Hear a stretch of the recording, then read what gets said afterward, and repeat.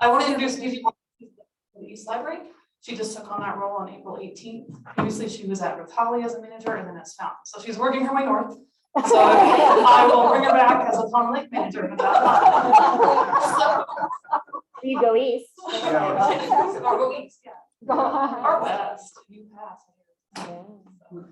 She's been with us for about 2 years this time. She was with us before for how long? Maybe 4 or 5 years. 4 or 5 years before she went to Japan and had an experience with her husband. So we're happy to have her at East. And 350 days without a manager, and I'm grateful that she's here. Yay. All right, next is Sarah.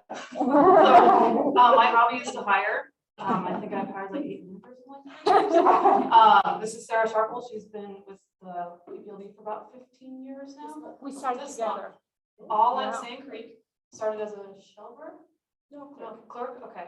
And she recently was named the interim manager of Sand Creek while we train her up to be the manager. So she started in February. Yeah. So, and we're grateful to have her on board. And then lastly, is Jake Prindle. You may recognize him as the board manager of Sand Creek. He moved to Fountain in September because he's from a small town, and Fountain really spoke to him as far as where he wants to serve. And I'm very grateful for him and Gigi in the last year because they helped me get through not having any managers. So I'm grateful to introduce them, and hopefully I'll be back in about a month with a new manager for Ruth Holly. And then I'll get a new hobby. So thank you.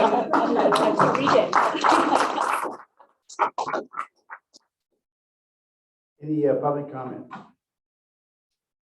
No, sir. Okay. Somebody has their hand up. Oh. That's the mouse on the screen. That's not a great. Okay. Okay. That makes sense. Oh, there's a chat though. That was me asking for public comment. Be on top of it already. See what's happening. Yeah. I've asked Mike to make a short presentation about the auditors that have come unscheduled to the libraries to take a look at what we do and whatnot. And so just some background. So Mike, please.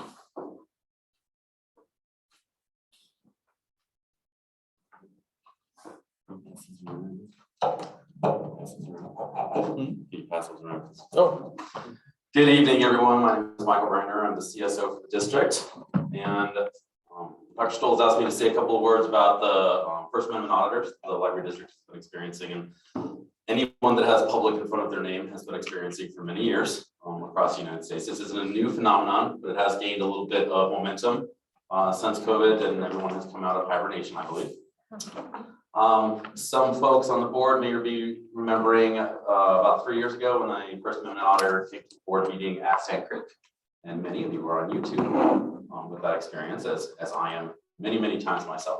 So what I've handed out to you guys is a brief little bit of information that we do with some of our trainings and how we prepare our staff members here at the library. I'm not going to go into this too much in depth. I'm happy to speak with any of you at any time if you have any questions about how the library handles this, the background on this, the history. The library district has been experiencing First Amendment auditors for several years. I can say that historically, when I got here 4 years ago, the library was not handling them correctly and legally. So when I came on board, we did make a couple of changes in that. The important things to remember are that these individuals are visiting public institutions to make sure that they fall in line with the guidance of the First Amendment. They want to make sure that there's transparency. They want to make sure that public all have access to government organizations, what's occurring, and that they're doing that legally. There's many different kinds of First Amendment auditors, those that actually truly care about the Constitution, and then there's those that perhaps are doing it for a social platform. They're always interesting conversations. They're always amazing people to talk with. I love it when they come. They're always really fun, exciting conversations, but they are very challenging for staff members because it's not a natural environment for someone to stick a camera in your face when you decide to be a librarian and help people. So there's always a bit of a tense situation. So we developed a bunch of trainings related around this. When we looked at what the library was doing, made sure we wanted to be in line with what is constitutionally allowed, what's legally allowed in the state of Colorado, and what jives with public and limited forum privacy experiences. So reading through that, the important things to remember about this, or you'll see attached to that the filming and photography policy that you all voted on to update just last month. We updated that about 4 years ago when I started on. We said, hey, we're doing this wrong. We need to change things, change some training. We did experience many First Amendment auditors since then. We, on this new rewrite, actually put in some of the Supreme Court case law specifically in there, so it's easier for individuals at our library branches when they experience First Amendment audit to make sure that they're providing the correct information to the auditors, as well as we moved that section to the very top, right underneath the board section. So it's really easy to find. It's on the first page. You can just present it to those auditors. What this basically boils back to, you'll see on the First Amendment section there, I included the First Amendment, but a lot of this goes back to the Fourth Amendment, because the Constitution is awesome that way. It all works together as one thing. So when one amendment says something, all the others support it. They don't all say different things, and that's wonderful. There's different case laws that pertain to this, but the most important ones are that Supreme Court case law pertains to libraries as a limited public forum in many different ways. And in many cases that we can go back and actually say, this is the case law decided by the Supreme Court. We don't have the option to say we're going to work with this, we're going to be binded by this or not. This is the law. And facilities like libraries and courthouses are considered limited public forums, not open public forums. So this is important to us because out in front of our library, on the sidewalks in front of our libraries, that is a public forum. People can protest, people can petition, people can do all those things in a public forum that when you say the word public, you associate with that. Libraries are associated as limited public forums. So there is an expectation of privacy of what the patron is doing inside that library. And that goes back to a couple of Fourth Amendment Supreme Court cases that are very helpful. This means that you can't go to the library and say, hey, I want to know what this person has checked out, what this person has done, and what this person is looking up. And we'll say, no, we can't provide that to you. You have to have a warrant for that, among many other things. So when you come to the library, you have an expectation as a patron that what you're doing at the library is going to be private. What you're doing here, what you're looking up is protected under those Supreme Court cases as private. And we can do that because libraries have been set aside as a limited public forum. And that's how we can also say in a lot of these cases that you can't come to the library and petition. You can't come to the library and protest programs that are going on. Yes, it's a public forum, but it's limited and we can limit the scope of those interactions within the library.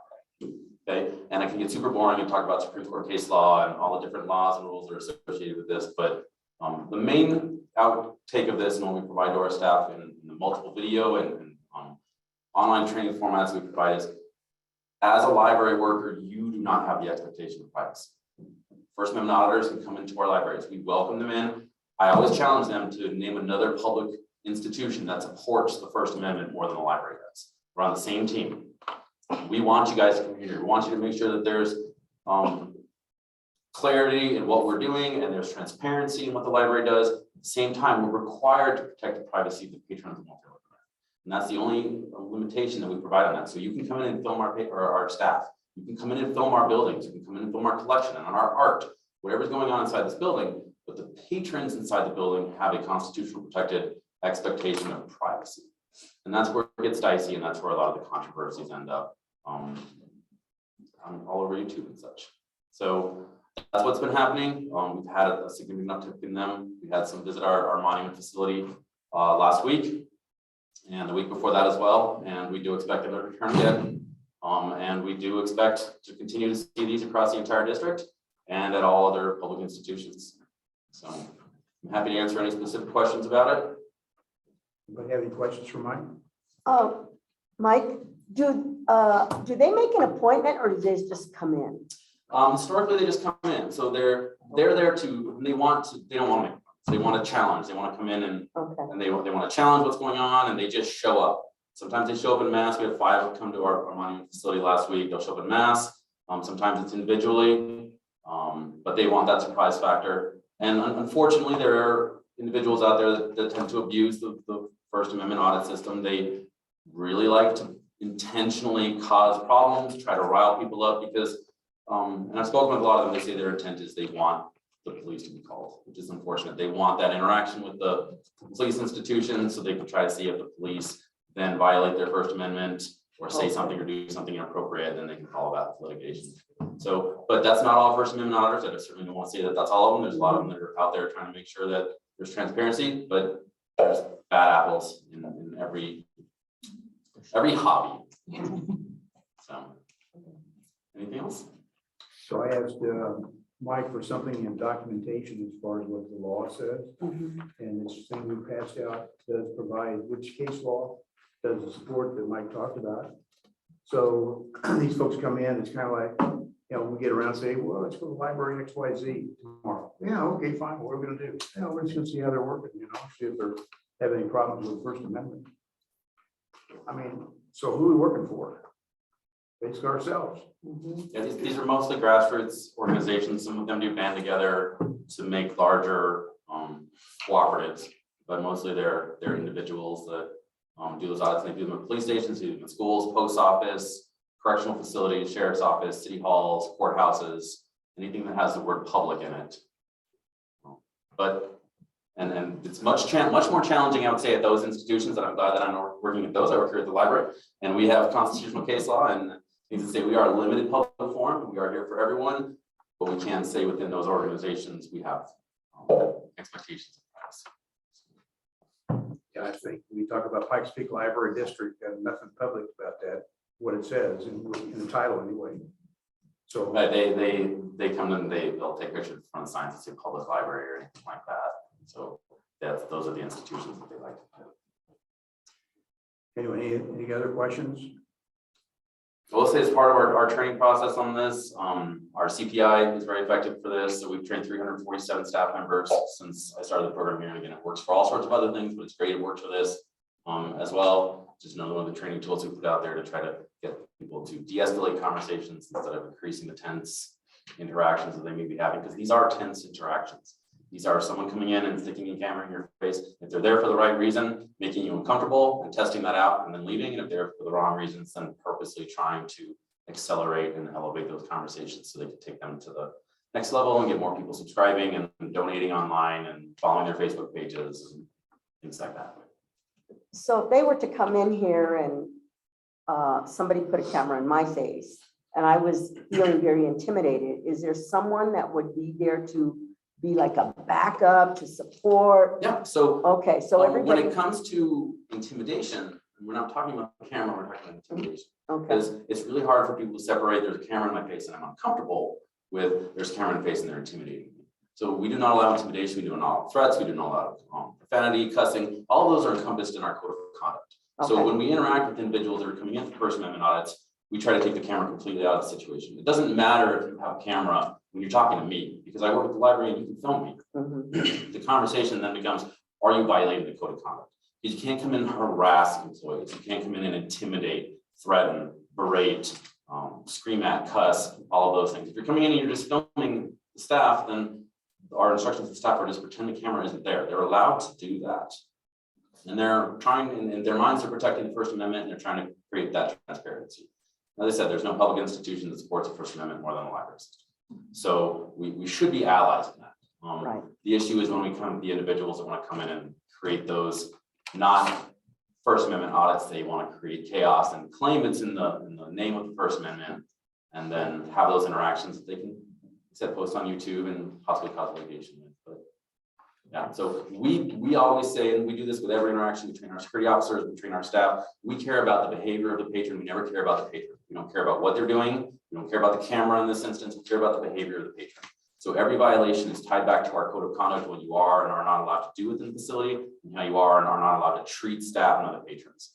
The camera is out of the equation for us. okay.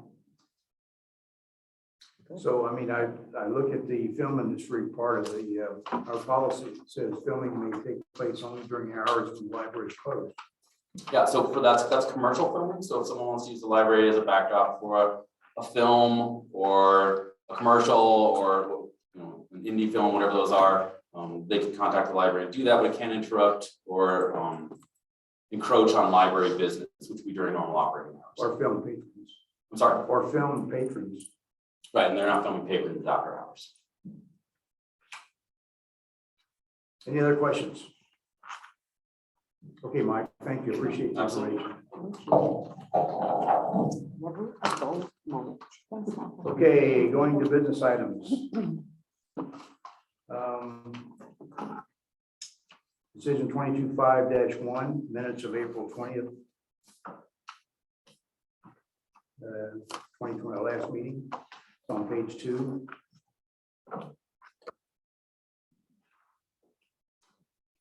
Laura had just a couple of edits, right? I did have a couple edits.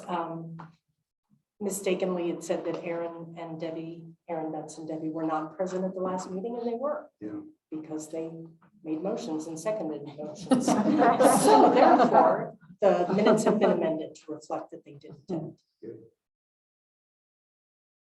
There's somebody make a motion to approve those minutes as changed. I motion. I'm sorry, I was trying to open my So, motions. sorry. I motion to approve those edits to the minutes of the April 2022 meeting as changed. A second. Okay, and moved and seconded. All in favor, say aye. Aye. Opposed, say the same.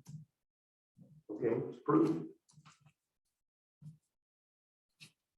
Okay, do we have any consent items acted upon? We do not. I do not, okay. Moving along, and no one unfinished business from last time? No, that's correct. No Okay, unfinished business. going to new business, review on page 7, we have child safety policy.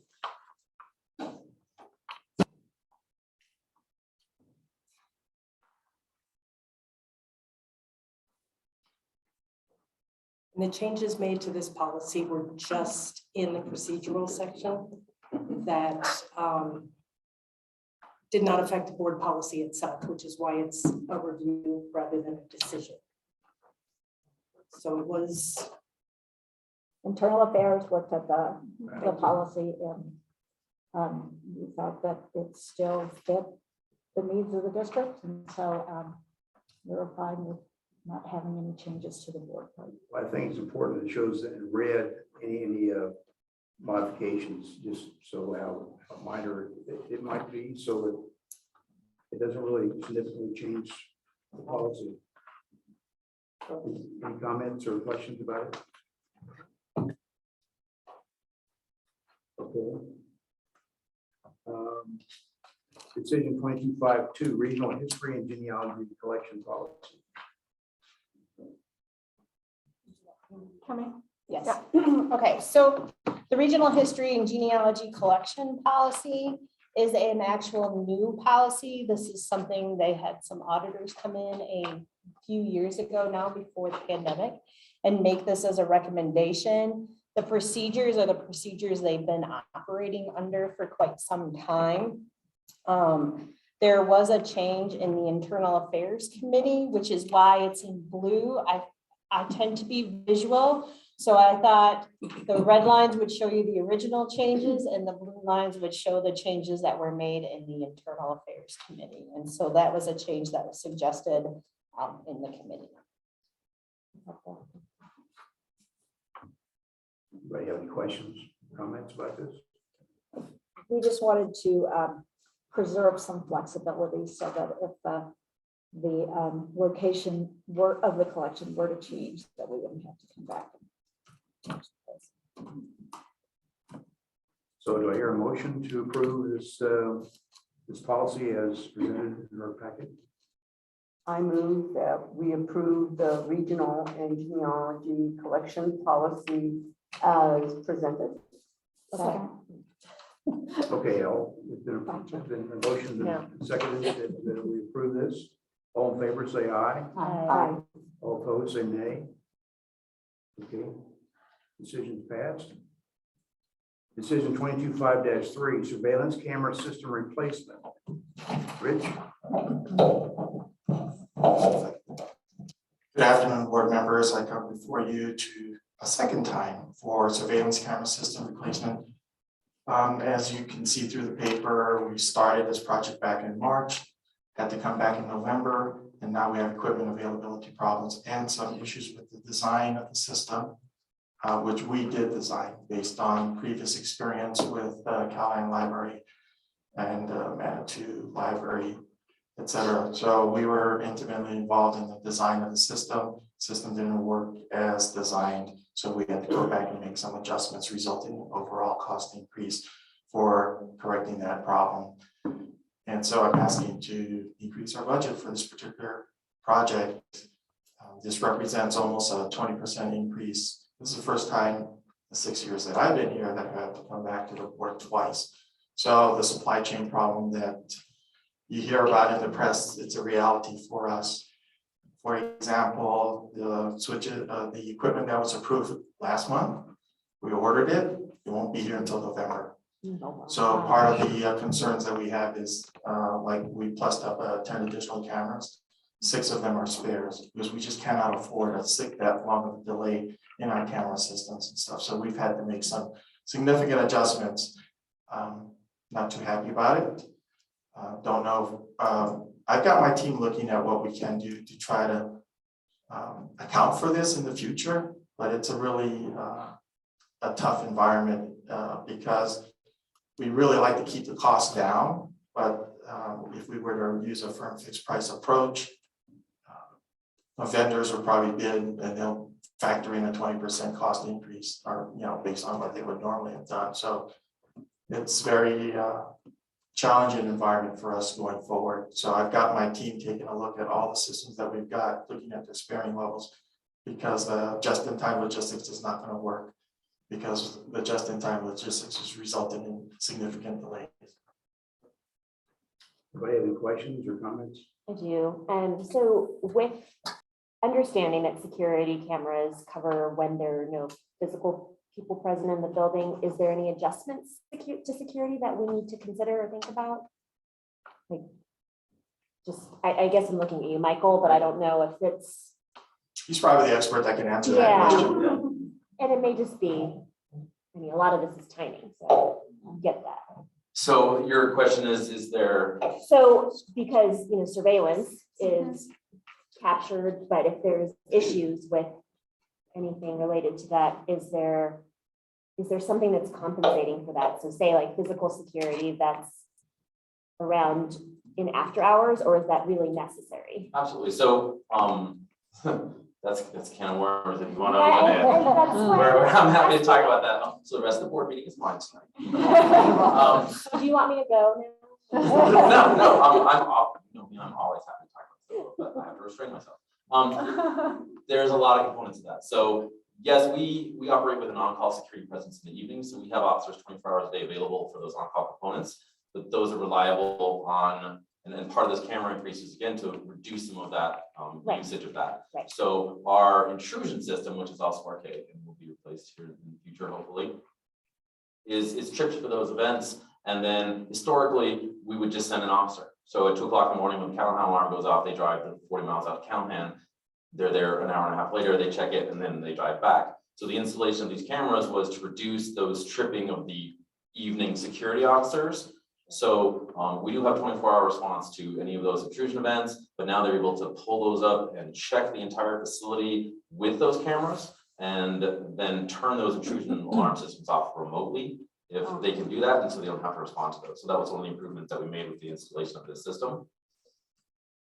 Going back to when this project originally began, prior to COVID, and we were going to actually install our end-use cameras that could say, yes, someone is breaking the facility, and it's an analytic that says, yes, this is a person, and this isn't the wind, or things like that. It reduces those false alarms and allows us to reduce security officer presence at specific sites, because it's the camera that looks at that and says, yes, it's an actual security threat. You need a security option for that.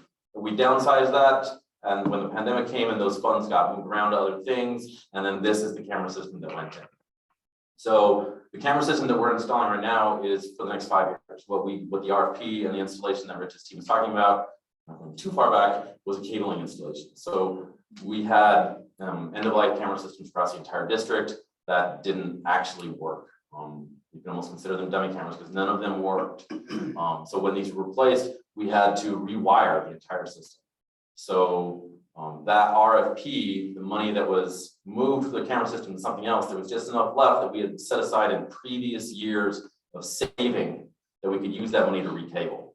So the money that was used for this camera project was actually saved over the years for this project, and very little of it was taken out of fund balance. It was all from previous years of savings. And that's what all the cabling restructure was done with, and this RFP that was awarded in the cameras and all that's been added there.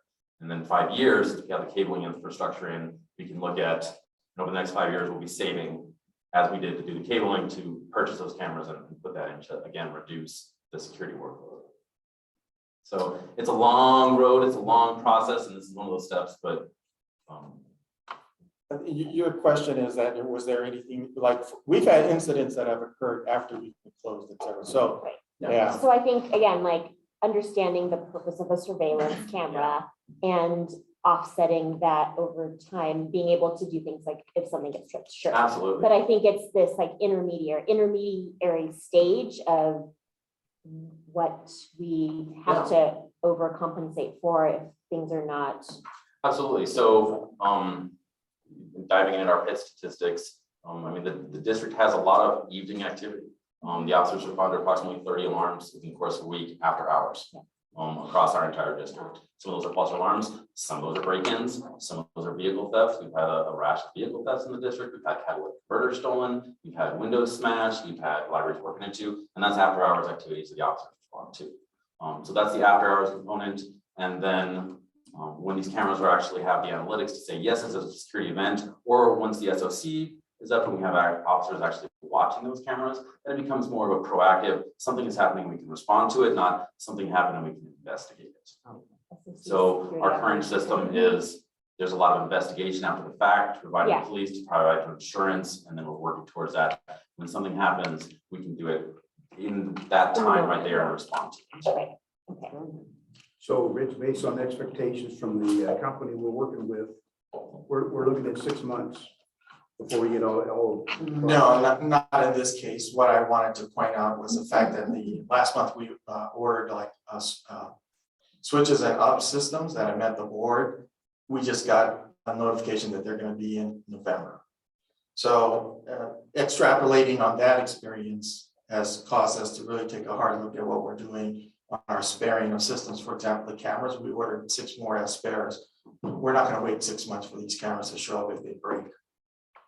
Because then if we don't get the sparing, then we get into a prioritization scheme working with Michael on determining which is our high priority cameras to use, which means that some, without the logistics support, we cannot get assured delivery in a timely manner. So you're anticipating a delay, but you're not sure how long. No, we're confident that once we get, as soon as the board approves this, that we will execute starting tomorrow again with the vendor getting the equipment on order. We anticipate this equipment to be on order because we've worked those out with the manufacturer. So what I was alluding to was the fact that we have 6 spare cameras. So we don't, it's like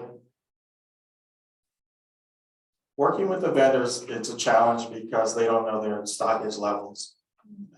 And they're doing things because of like the circuit board shortage. They're prioritizing equipment, newer equipment versus the older equipment.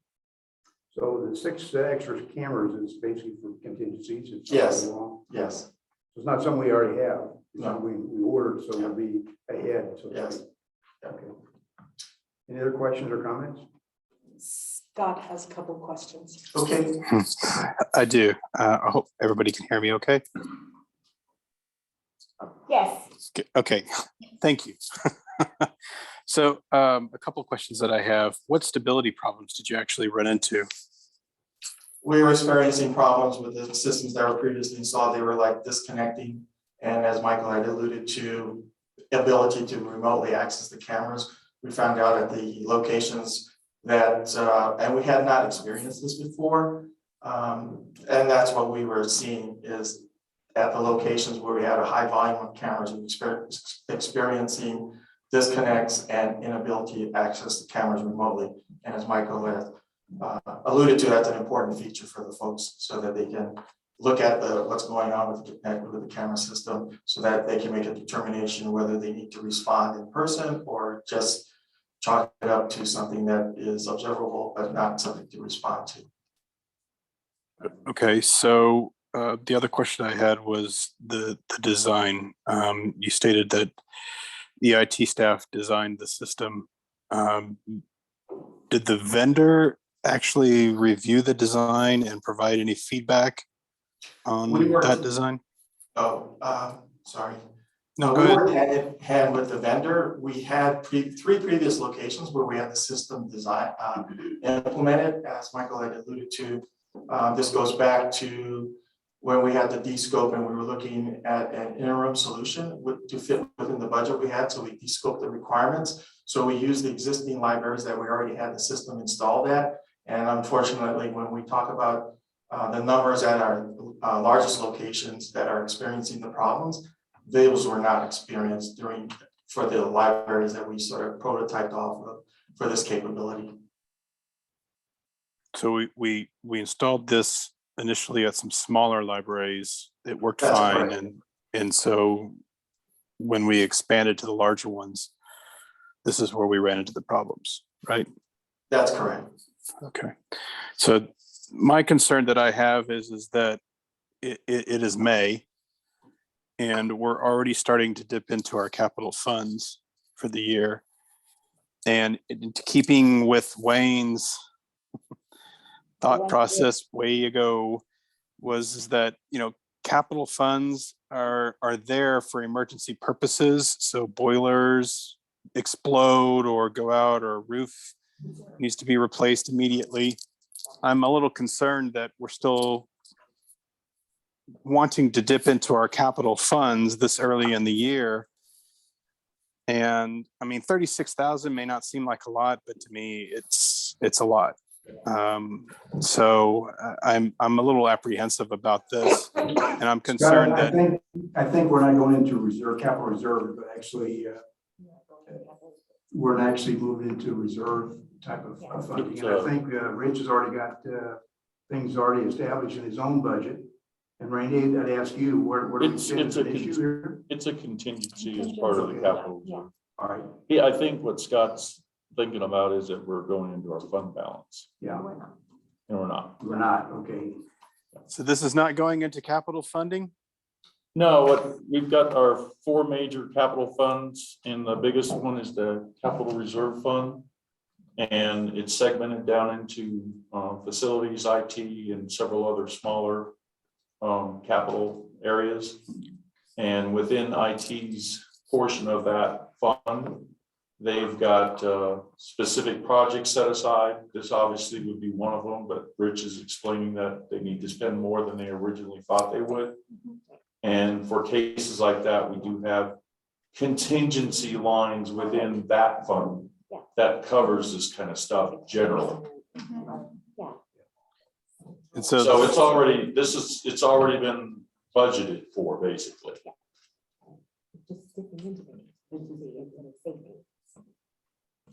And where we would be coming probably mid-year, that would require us to probably be talking about our actual fund balance, not the capital funds. Okay. So the main point, excuse me, I'm talking too close to the microphone. The main point is that these contingency, they're kind of like sub-reserves within a reserve. They're not specifically assigned to a specific project. It's kind of like any contractor would put 10% of their entire contract aside so they don't miss the entire thing because of some unforeseen thing that comes up in their project. And they don't have to go to the customer for a change order. Of course they will, and I'll get down that. They will if they see it as a money maker, but that is what we're talking about here. Okay, so we've got, in other words, the short of it is we've got the money, it's been assigned. It's not a big issue. It's not a huge hit to the budget overall. No, you're right. It is not. Okay. But I think we all understand your concern, and that is something we're all very sensitive about, is dipping into the fund reserve. Yep. Okay. That really is a long-term dollar for us to operate into the future on. Okay. Any other questions? Okay, do I hear a motion to approve this request? I move that the Pikes Peak Library District Board of Trustees approve the surveillance camera system replacement as presented. Second. Okay, it's been moved and seconded. All in favor, say aye. Aye. All opposed, say nay. Okay, it's been approved. Thank you very much. Thanks, Rich. Okay, moving to reports. Friends of Pikes Peak Library District report, Rita?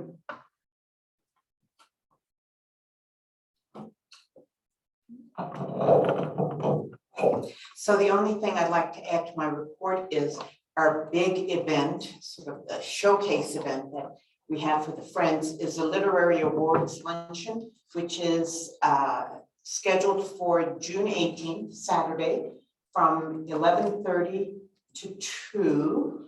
And this is the Frank Waters recipient is Jim Fergus. He's best known for his book, 1,000 White Women. Colorado College is, I don't know whether he taught there or something, but Colorado College is basically funding the whole thing for his trip. So we just get the benefit of him. And I think he's coming in and speaking to some classes and everything. And then the Golden Quill is John Anderson, our sheriff. So we're really looking excited to that. There is a link, you can just type in.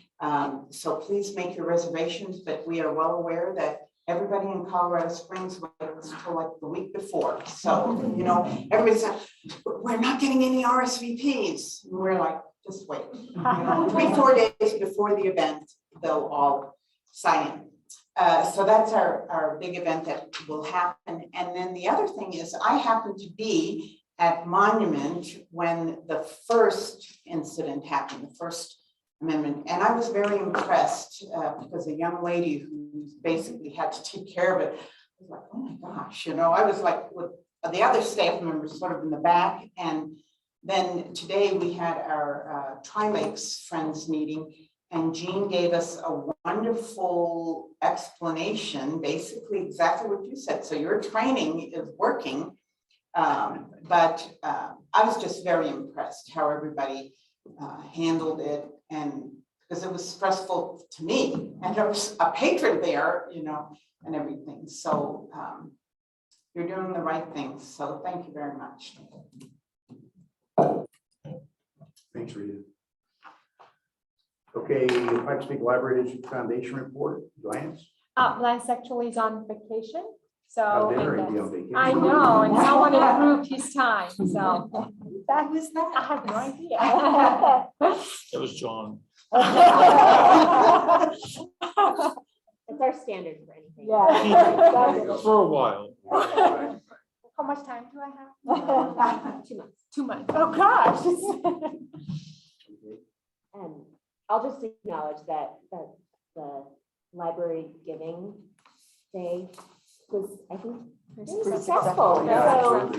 it's Absolutely. great, like kudos to the team. It's like promoted in so many different elements within the website, all over. So just kudos to that team.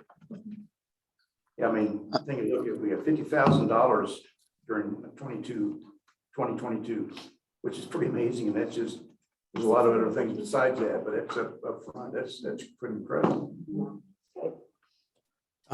I do have a question, and I don't know if Tiana can answer it since Lance isn't there.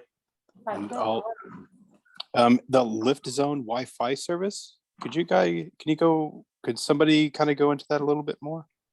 I'm Yes, interested about that. I think that will be Rich and I. We both can talk about that. But Rich, right now, our IT team and Comcast, I believe they're working on that project. And that will be a great opportunity for us, for a library district, as to provide that service to our patrons. But all more technical details, I'm sure that Rich can provide. That project has started about, I don't know, 6 or maybe 8 months, like something like that. We've been working and talking with Comcast. They approached us. And I believe we are one of seven organizations, libraries nationwide that got approved for that. So it's actually, it's it's very big that they picked us and we got approved. Yeah. I think the way we would characterize the lift zone is from my perspective, Comcast's opportunity to help in overcoming the digital divide. So they've got lift zones in various places throughout the city, for example, Boys and Girls Clubs, YMCA. And they've included us as far as their program for 4 of our library locations. So basically they will augment our existing Wi-Fi services and then provide additional capability to our patrons. So it's a positive, and they're also working in conjunction with the City of Colorado Springs Office of Innovation to also use Colorado Springs government buildings as also additional lift zone locations. So our first scheduled one is in June. We're putting in the first one at Library 21C. That's just going to be the prototype, and it'll roll out to the other East Ruth Holly and Penrose. Penrose and here. So And does never that, forget Penrose. so does that enhance the parking lot access as well? Or is it just internal to the building? It's internal because what Okay. they're looking at is our but it's still a plus as far as a library is concerned, because for example, if you ever went to the Library 21C venue, you got about 400 people there and they all turn on their smartphones and iPads, etc. It's a drain on our existing system. So with that Right. capability, they'll be able to augment, and because I do get complaints. And unfortunately, I can't do anything about it because the system is, for our current system, it is what it is, that's the way it was designed, etc. So we're gonna hit saturation, but with the lift zone, it'll preclude us from hitting those saturation points. And then potentially, if we don't have any problems next year, we're supposed to be replacing our Wi-Fi system, and the new Wi-Fi system coverage will be extended into the library, into the parking area. Yeah, this is a win-win situation for us. Yes, it is. Okay, Anything thanks. more, Scott? Nope. Thank you. All right, thanks, I Rich. have another question, sorry. So this is a Lance question who is not here, so we'll just put it out there. And just ask- whoever knows. okay. Yes, so related to, I think I appreciate that we are in the times of 21st century and using PayPal and Venmo as options for giving. I'm just curious to know what the fees that they charge are. You know, I don't know that off the top of my head. That's okay. It's a great question, because they So- do, I mean, for, personally. Sometimes from like PayPal, for instance, from Maybe a you do. charitable. Oh, Tammy, do you know? So Sorry, Dana. it's okay. It's part of the service, Whatever and I your should system know is. this, and so I'm sorry. But you know the big donor database tracker thing? It's part, yes, it's part of Razor's Edge. Okay, So I believe that it was something that they had added as As a part of their feature. service and Okay. features. So I don't believe there is a fee. Jake. Thanks, Jake. It's been a little while. I'm working with, Yes. Yeah, that's great. So awesome. and I think working with other nonprofits that I work with, PayPal has a feature that, It's a charitable. for charitable organizations, that they don't charge a fee. That's why I was asking. Yeah, so I'm sure that that would fit somewhere in that. Right. feature. If I'm incorrect, I'll make sure. Oh, it's he lets okay. you Yeah, know. I didn't know the platform that you were using. So that's great. So if you're already, kind of paying for a fee for that bigger platform, then they should offer those things. Yeah, they Yeah. should. I would think. Okay, That's all. moving along here, financial report. Hello, board members. I am happy to report that I have a financial statement to talk about. Actually, 4 of them, but we're only going to talk about April's. So you can see from the first one, our dashboard, that's a pictorial representation of our cash. Cash is tracking very similar to previous years, and I really kind of expect it to continue going that way. It'll obviously be a little higher than last year because the revenues are higher. The next sections are nice pictures of the percentages of where we're at, and I'll talk about that a little bit more when we get to those sheets. Our revenues are almost identical last year. We actually budgeted about a 5.7% increase. And actually in March, our property taxes were tracking on that. So if you look at the March statement, you'll see that. So they came down off that just a little bit, but we're basically right where we should be. Speaking of property taxes, we are currently at the April statement 33% into the year, and our property taxes are at 63% of our budgeted total. Overall, we're 57% into our total revenue for the year, 4 months into the year. So that'll slow down obviously because February, if you go back and look at that, you'll see we had about a $12 million add on our property taxes, and that's pretty typical. February is always a real heavy month for getting our property taxes in, and then we collect it the next month.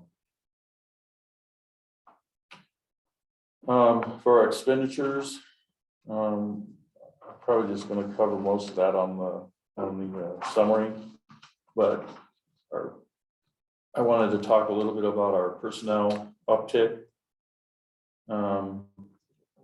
I kind of isolated that to, we were 2% higher on our cost of living increase. We went from 2 to 4. We of course did our market study adjustments. I don't have an exact number on that, but it is part of this, and it's 4 months, or not even 4 months, about 3 months worth, because that didn't go into place until later in January. And then a 2.5% increase for our contributions to the El Paso Retirement Fund. And that is part of, I believe, a 4 or 5 year uptick in contribution to that because of what they're experiencing. And then on our spending and contract, the biggest one I saw in here that I thought I needed to talk about was the contractual services. We're 22%, or I'm sorry, $304,000 change over last year. A lot of this because we had a larger budget, it would have been budgeted, but I just wanted to point out some of the things that were causing that. Our common area maintenance was up 21K, our marketing and PR consulting, strategic planning and benchmark studies. Of course, you're all aware we're doing a lot of that stuff right now and preparing, our values and trying to figure out what we're going to do this year for fundraising. That was up 53,000. Our treasurer fees, you'd expect that to be up a little bit just because we're getting more revenue. But I did notice that the percentage, the small percentage that they're charging went up also. So they're like everybody else, increased costs. Liability and property insurance, I'm seeing it was up about 90. A big piece of that was cyber insurance. Our rates on that did go up because everybody's experiencing more tax, and we basically are trying to go to a multifaceted protection, and so it's just costing more for that coverage. We kind of covered that when the resolutions were solved, or signed. Computer equipment maintenance, obviously that's always going to be fluctuating. That's up 38. And as Rich mentioned, the cameras, it's electronics, it's technology. So, I expect those costs probably to keep going up a little bit more than what we originally expected. And then just kind of a overall 89 over on other stuff.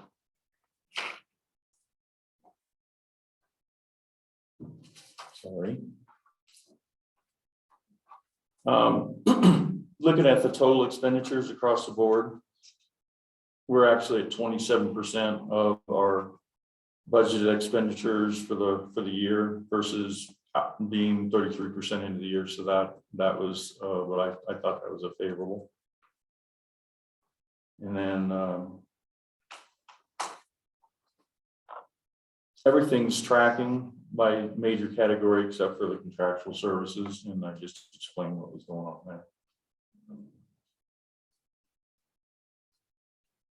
I spoke to this just a few minutes ago, but we have 4 major capital funds. I'm not really going to touch on the special revenue because that that kind of, some years ago had to get rolled into general fund, so that's kind of, we're spending that down and it's not getting any new revenue.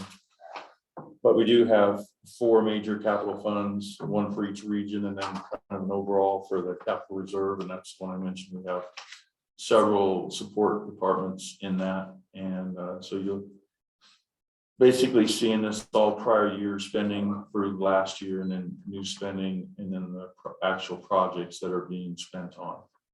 And one of our bigger ones that's shown as an encumbrance on this report, but it's actually been spent, so we'll probably see it in May, is the access control system. So there's about $300,000 spent on that. And there's several other big ones, but we're just having a lot of activity on trying to get that up and going. So cash looks great. 21 million ending balance for the end of April. And like I said at the beginning, our receipts of cash will slow down because it's just cyclical, and we'll start bleeding off cash. I mean, we'll go down to normal levels, but it's just normal cyclical stuff for us to collect that way. Did you guys have any questions about the other 3 months that you just saw, just like this past week? I tried to consolidate comments from the other 3 months into the April and kind of give you an overview of the 4 months in this one report. What you talked about is the fact that we're on track. Yeah. We're not any major expenses that we didn't think about or didn't plan on. We're always going to have some of those in capital. I mean, Gary comes and talks to me about different things. And like the roof here. Yeah, well, I mean, in some ways that was kind of a known. It's been known for years, and it just came to. East was a surprise, but fortunately, our insurance has covered a big part of that. But other things, just maintenance stuff, and a vehicle gets stolen, and we didn't plan for that, and catalytic converters get stolen, and you didn't plan for that. So it adds up. Elevator control panels, or will go out. You don't plan for that. So just stuff like that. If you're talking hundreds of thousands of dollars, no, I'm not hearing anything like that. We only got, I think one thing we talked about that's kind of pricey, but everybody knows it. It's Yeah. Well, basically, you told us there's no surprises. Exactly. We're on track basically with what we've done in the past. Yes. And it looks like we're moving in the right direction as far as that goes. Yep. We're going to have sufficient funds to pay what we want to do. Yeah. Assuming, nothing goes crazy between now and then. But Yes. yeah, appreciate you putting this together. I know it's extra work. And how many hours a day you working? Anyway, don't answer that. Well, let's do it this way. It's getting better. There's a light at the end of that long tunnel. Sure, your wife would glad to see you sooner than 12 o'clock at night. Yeah, there's been a few of those, but we also, if I may, the interviews were held yesterday for controller position, and we hope to have someone in place soon. So then also it will help a lot. So we've got that. We've made Tatiana and I, and I'd say thank you to Tatiana for all of her help in the audit. It's an annual thing for her that she really takes on a big load of that. But we're making good progress on that. They're going to show up probably virtually Monday. I've actually got a little timer. I didn't start this, but it's the same day we have our in-service day, so I get to see how many days I got left before the auditors show up. Every time I come into work, I see 4 days, 18 hours, 33 minutes, and 16 seconds. Oh, wow. Anybody else have any questions for Randy? Tiona, I know that there were some things that were missing from the from what was, but should have been budgeted? That's all been taken care of now in that contractual piece. So we are working on some of the pieces and also we'll be coming to the board with more detailed information about that. Also, I want to thank Randy and his team when it comes to audit, because they had to put a lot of hours into this to make sure that everything was done timely so that we won't need the extension. So, and that's again, that's huge. So I really, I want to let everyone know that it's like, I don't even have words to express how much work it has taken for that, to make sure that we're there and we do our audit in timely manner and it's not going to be changed. So thank you again, Randy, and thank you, your team. You're welcome. And while you're giving out kudos, I want to mention that BKD, Steve Salter, has been fabulous. I mean, I called him up, I told him what was going on, and they have really gone above and beyond to help us get through this stretch. So It's been great, and I've been learning more about the budget than I ever wanted to. So, but again, yes. Yeah. Yeah, managing your checkbook now, considering this, is no big deal. Okay, public service report, Tammy. I'm a lot shorter than Randy, I think. As Abby mentioned in her introduction, we did not replace the North Region Director position. And so she has taken on those 3 extra branches, and Michael Doherty, our West Region Director, took on 2. So he is now overseeing Rock Rimmon and High Prairie. So he has the farthest east and the farthest west, and Abby gets the farthest south and the farthest north. So that's kind of how that's worked out. You have the report in front of you. Any questions before I highlight a few things? Always fantastic. Aren't they? And the quilt one too. Oh, Did you yeah, see I that? saw that. That was my favorite. Yes. I love when we show patrons doing things. In our, I mean, I assume they got their permission, right? Yeah. But yeah, the quilt thing, I just thought that was wonderful. Yes. So thank you for including that. I've started to visit some branches. So Jake invited me to Fountain first, and he had in the report that they worked with the Fountain Valley community, communities that care for a drug take back day. And they were all very excited to share that again with me when I was down there, because they were there for 4 hours and they collected so many items that they collected more in that 4 hours at our Fountain Branch location than they do usually in a typical 3 to 4 month period of time. So that was a really exciting thing to do. And then the other thing I kind of wanted to point out, there are 2 more things. Our teen volunteers are coming back to the library, so that's kind of an exciting thing for summer. We're going to need them. We are all expecting a very busy summer reading program this year. And then regional history and genealogy, the Stewart Brothers photography collection has been completely processed. And updated finding aids, so the whole collection can be found. So it's available for a lot of our Colorado Springs 20th century history. So that was kind of an exciting historical fact for us too. That's great. Thank you. Anybody have any questions for Tammy? What about the 5th graduation?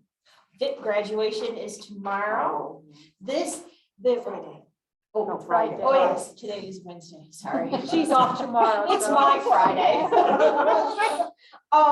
But the 5th graduation is on Friday, and the exciting news, Christine Layton did successfully get, it's called a individualized education training through Department of Education. And so it is officially an IET program for the Colorado Department of Education. Yeah. So it's the first one we're offering under our EFLA and IELCE funding budgets. And I believe we're going to have 5 students graduate this year. So we're really excited. They are choosing, there will be some refreshments, and they have chosen, the students have worked with the chef to choose the refreshments that they're going to serve. So that's kind of a cool thing we've added. Yes. Anybody have any questions for Tammy? Thanks. That's great. Okay, support services reports. We've got communications, facilities, human resources, information technology, safety, social services, and security report. Anybody have any questions on any of those?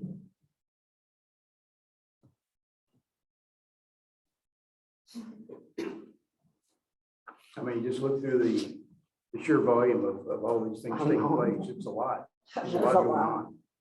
It is a lot. So, okay, no questions? All right, moving along here. Interim Chief Librarians report. Okay, so I did do my best to make a list of things, but I'm sure I'm missing something. I had meetings with more elected officials. I met with Commissioner Geithner, Commissioner Wenderwerf, and I'm sorry if I'm not pronouncing his last name correctly, and Council Member Stephanie Furchin. So all meetings were very positive, and we talked about libraries, particularly Pikes Peak Library District, the libraries, and also learned some of the fun facts about our elected officials, and some of them do love cataloging like I do, Tammy. So Tammy always gives me a hard time that I actually enjoy cataloging. So, and that was good. I also let them know that we will be starting our strategic planning process in July. We did finalize dates. And also I wanted to give everyone an overview. So we did start this process with our staff, and we collected data from our staff. We had sessions with our frontline staff, the management team, and looked at the data with the Board of Trustees and leadership team. So, and based on all of that, we have today our mission, value, and vision. And that's kind of it will be the same process, but we're going to involve the public, community leaders, and elected officials. So when it comes to community leaders and elected officials, those events will be held. I believe we'll also provide there some refreshment, and I'm planning to invite elected officials by invite. And also we'll collect data in our buildings, library buildings, also virtually, and then we will hold some sessions. And again, there will be the same question asked of our community that our staff members were asked. So there are three major questions. So the plan is to collect all this data, and there will be a strategic planning committee that we will have 2 board members, some community members, and some internal stakeholders that we will be reviewing the data together and coming up with a plan. But also to mention that it won't be just the data gathered from the public, but also the previous data that I already mentioned from our internal stakeholders, such as our staff. So again, it will be a lot of information. It will be a lot of to look at all of that and come up with a plan. So, and I know that Dora appreciates this greatly. We will have some tactics and objectives and goals. So that, and also we will identify responsible individuals internally or departments, groups for each objective that we will have there. We will have an internal document for us as the library district to actually look at our progress going forward. And we will have an external document for our public also, for them to be able to go on our website and to see what our plan is going forward. So that will be a very intensive process. And again, we believe that we are here as the district, and we need to make sure that our community has a say in our offerings and services, because we always say we're here to reflect our community, and that's what we're doing right now. And I know I'm repeating myself, but to everyone know that the data that we collected from our staff will be utilized while reviewing also the data from public. That will be the document that everybody who wants to or wanted to can participate in that process. So we're excited about that. And again, in my meetings with some of the elected officials or the community leaders, I really talked about it, and they want to be part of that, and they're very excited. So we will be sending them an email. First of all, save the date, and hopefully they will find time to come and give their input. A lot of their asks or requests were that they would like to be heard, and all of us agree they represent their constituents and this community. So, and that's what we will be doing. I also attended 150th anniversary Gazette event, and Mina was there as well. So it was exciting to see that our special collections were represented there, and they utilize our archives. So it was amazing and I was very proud to see that. I had an opportunity to speak with the mayor there for about 30 minutes, and I learned that his wife does love our Cheyenne Library, and she does go there frequently. So that was good to know as well. So again, I know that our friends were at the Palmer Lake opening library. It was a very nice event. And again, I want to thank the Palmer Lake town for their support. And it's just great to go there and also know that now we're in compliance with ADA, and anybody can visit and access that library. So any questions? Do you have any dates for that strategic planning? Yes, Dorian, we were just thinking about it, and I will share because we discussed the strategic plan again. Like I mentioned last time, it is one of my goals, and we had this discussion at the governor's board, and Scott and Dora expressed desire to be part of the strategic planning committee. Yes, and I will share all those dates. Okay. And I will share all the dates with all the board when it comes to community meetings and elected officials and public sessions as well. So then you know, because it would be great if you find the time, if you take your time and come to one of those sessions as well. Any other questions? Thank you. Appreciate that. Okay, board reports, governance committee. We met and The drone. I'm going like this. We did meet, and the governance committee began looking at having our annual retreat, begin that planning process. We don't know exactly what it's going to look like, but we're thinking that we would like to have one. It'll probably be, I think about early summer, late or early September. Maybe we were talking about some dates. Those are not finalized. We'll let you know, and I'll send you some dates to kind of start looking at that see which date would work best for all of us. We also reviewed Tiona's goals. We reviewed them and provided feedback, and I think she's come up with the goals. So as we can present them and everybody will have a copy. I think everybody will have a copy, correct? And that's basically all we did. All right. Internal affairs.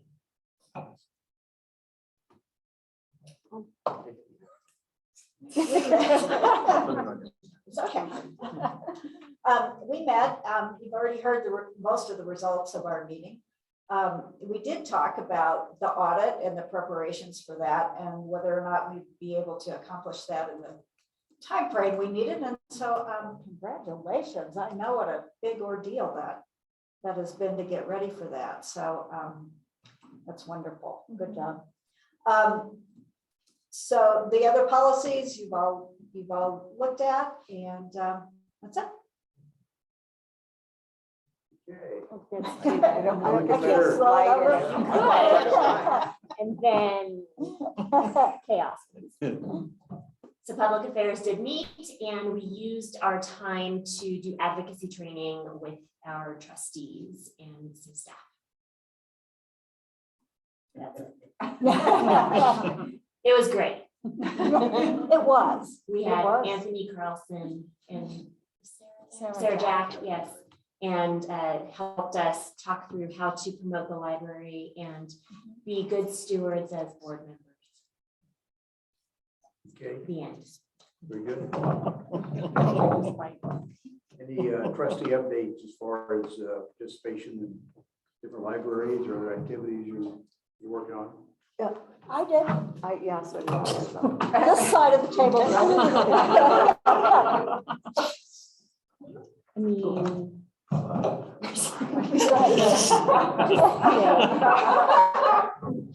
Well, I got to visit with the Adult Services Department, which was very nice. I got to sit in on their staff meeting, and then I got a tour of all kinds of wonderful things that they do. So it was great. One of the things that I noticed is that every time I go to a department, then I come away going, I want to do that. I want to do that. Oh, I want to come in and do that. So you can just really spend your entire day life At a library. doing cool things at the library, I think. And then I also visited the Cheyenne Mountain branch, and it's fun to be with people who are so excited about what they do and talk to them about their patrons and all the things that go on at the library. So that and how integrated they are with the neighborhood, which is always really fun to see. I also visited the Monument Branch, and we did have a discussion about the events with the First Amendment auditors. It was somewhat traumatic for some of the staff, I think. So I really appreciate the presentation, Michael, that you did. And also I want to say that even though they felt like they were still sort of processing some of the stuff that went on that day, they kept telling me how supported they felt by security and by you, Tammy, and everybody in the district, that they really felt like people had their backs. So they really appreciated that. And they felt like they had been trained. They just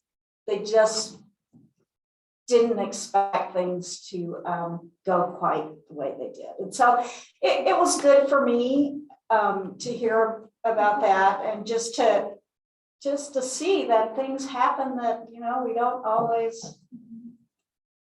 know about. And it was good for me to think about, yeah, that board meeting, I remember that. And all of the things. So not just that, but just in general, you know, how important it is that we all are able to respond in appropriate ways when things come up. So I felt very appreciative of how professional and wonderful everyone here is. So I had a good week. I visited Holly, Ruth Holly and Gigi. That was her last day there, I think. She was holding a meeting. Everybody there was bubbly, and it's 8 o'clock in the morning or 8:30, whatever. And I'm going, wow, this is great. Wish my students would have been like this. Anyway, they shared what they did there, and some of their needs, and all the programs that they have, and the collaborations that they have with different groups in the community. So I thought that was, and that's probably one of the things that's really great, because they're going to do the summer lunch program, if I'm correct. No, oh, I thought they were, but they are doing some things with Care and Share and their market. I thought that was pretty awesome. So I think that the Ruth Holly is doing a lot of great work. And the only thing that I can say is at some point we probably, I'm sure somebody will take care of it, but looking at some of the Spanish materials that we have, that if we can get some more Spanish speaking materials for the children and for the adults that go there, because they do have a big clientele. But I'm sure that's going to be taken care of. I'm not worried about it. The other place I went to was 21C, and that was awesome. Yes, I could spend my whole day there.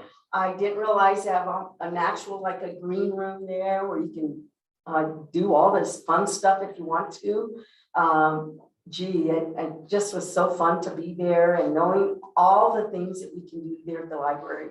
Went to the makerspace made a little cover for a little booklet I had, did receive, so I can take notes on. Another one of those, but it was cool. I've shown it to every one of my kids and anybody that comes in, you can do this at the library, look at it. And the wood is free. They go, really? And I said, yes. So that was really fun. And then we went to the culinary. Oh my goodness, that was unbelievable, all the work that they're doing in there. And I don't know what I expected in there, but they're all different age groups that have applied and are working in there. So I think that that's really a reflection of our community that probably needs that. And it's exciting news to hear that we were approved through the Department of Ed. So that's even better. So there's a lot of things going on in the library. And I do believe tomorrow morning I go to Rock Rimmon. So we'll see what that has to offer. So thank you, Library Services and all the libraries for everything that you do. That's great work. Okay, any other? Okay, all of us have got assignments to different places and activities and whatnot. So as you go through those things, take notes and tell us what you looked at, what you found out at our next board meeting coming up. Moving on to the board president's report. You know, I think you can tell by what we've gone over today. There's a lot happening here, but I'd like to first of all acknowledge Randy, having worked really countless hours to get this financial report going. And you know, he's a guy that's been responsible for two big things in this library, and that's the comptroller and the financial director. I mean, that's a lot of stuff. And it's taken a long time, but we're going to have a comptroller within the week, I think. Yep. So that problem will go away. And actually, Randy will have time to spend with his wife that he doesn't have now. So I don't know her anymore. Oh, did I say that publicly? We also have Rich, who's been trying to work through some really important things. They've planned, part of their plans to make a difference in our library system in the security side of the house with him and Mike, and trying to make sure that we have the security cameras. And, you know, when you go through this, you're assuming everything's going to happen the way it's supposed to, but it's not like going to Costco, you're off the shelf to get all these things, but that they'll be sent to us when they get them. And we don't know when that's going to be. So he's still working that one out. So anyway, Rich, I know that's a big deal, and we appreciate what you're doing.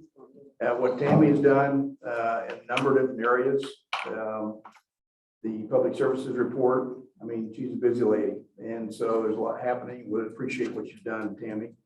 And it helps to keep us focused on what's going on.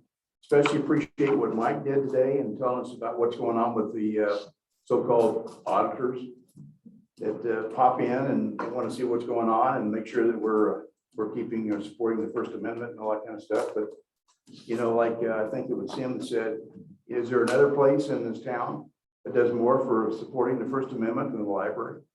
Anyway, so there's just a lot happening. And I appreciate all the work done by Tiana and her staff, because without that, it wouldn't happen. There's a lot of things going on. And it's happening at 16 different places, plus the bookmobile and other activities going on. It never ends. And I also appreciate trustees and all the things you guys do to keep track of what's happening here and being able to make decisions and approve what's going on and provide input. It's really important. I mean, our job is to make sure the library is successful. We do everything we can to make that happen. So that's my report. I thank you all for today. And it's now 20 minutes after 6, and we adjourn.